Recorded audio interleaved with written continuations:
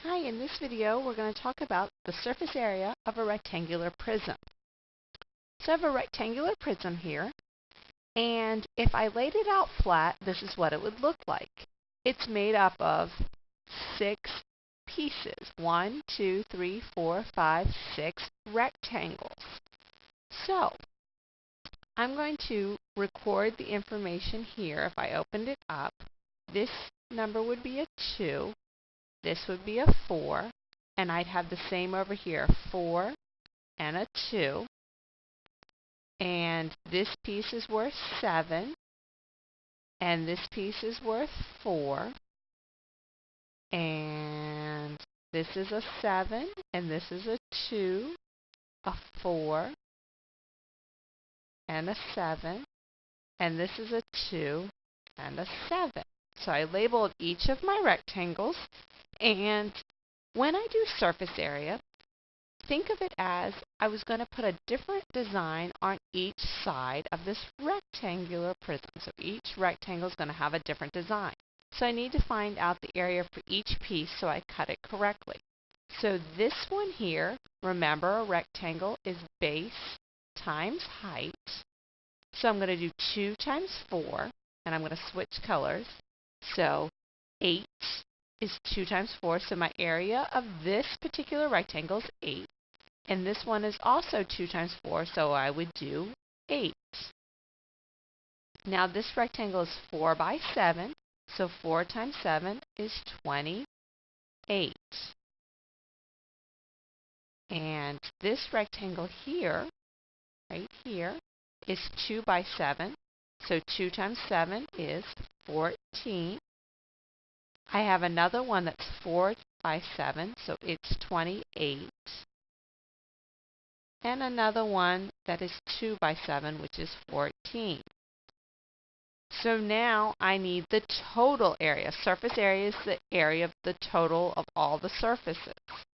Okay, so I'm going to do 8 plus 28 plus 14 plus 28 plus 14, and finally 8.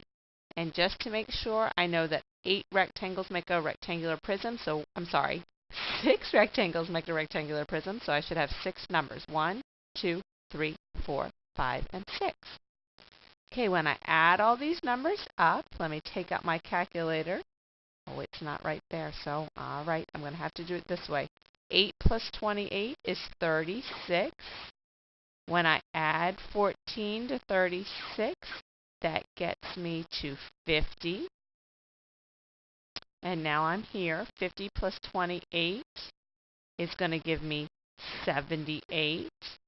And now I'm here, so I'm going to add 14. And when I add 14 to 78, that gives me 92.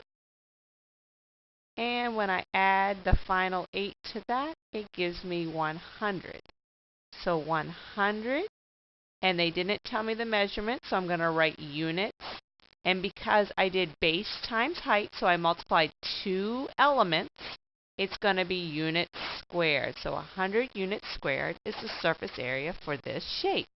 Now that's one way to do it. Let me show you another.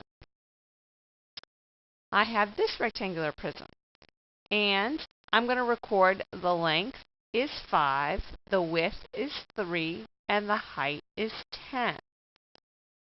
Now, this top and this bottom match, so I have 2, and this, remember, is my length and my width. I have 2 of my length times my width. And the front and the back is going to be 2 times my width and my height. My width times my height. And then I have this side, the left side, the left side and the right side, depending on which way you're looking at it. So those are made up of 10 by 5. So 2 times my length times my height. So If I think of all the different combinations I can do length times width, I can do width times length, I can do height times width, I can do width times height, I can do height times length, and length times height. And I've just taken those combinations, length times width and width times length. So if I did 5 times 3 or 3 times 5, either way I get 15. So there's 2 of those. So I can either write out all the combinations this way and do my totals, or I can do 2 times the length times the width, 2 times the width times the height, 2 times the length times the height. So I'm making all the different combinations. So for this one, 2 times 5 times 3, because I'm going to substitute in the 5 and the 3. 5 times 3 is 15 times 2 is 30. My width is 3, my height is 10. 3 times 10 is 30, times 2 is 60. Finally, I'm going to do my 5 times 10, which is 50 times 2 is 100. Same thing as before, I need to total it up and I get 190, and it's going to be units squared. So I can do this 5 times 3, 5 times 10. 3 times 5, 3 times 10. 10 times 3, 10 times 5. Similar to this, and add up those and I will still get 190. Just a different strategy to try.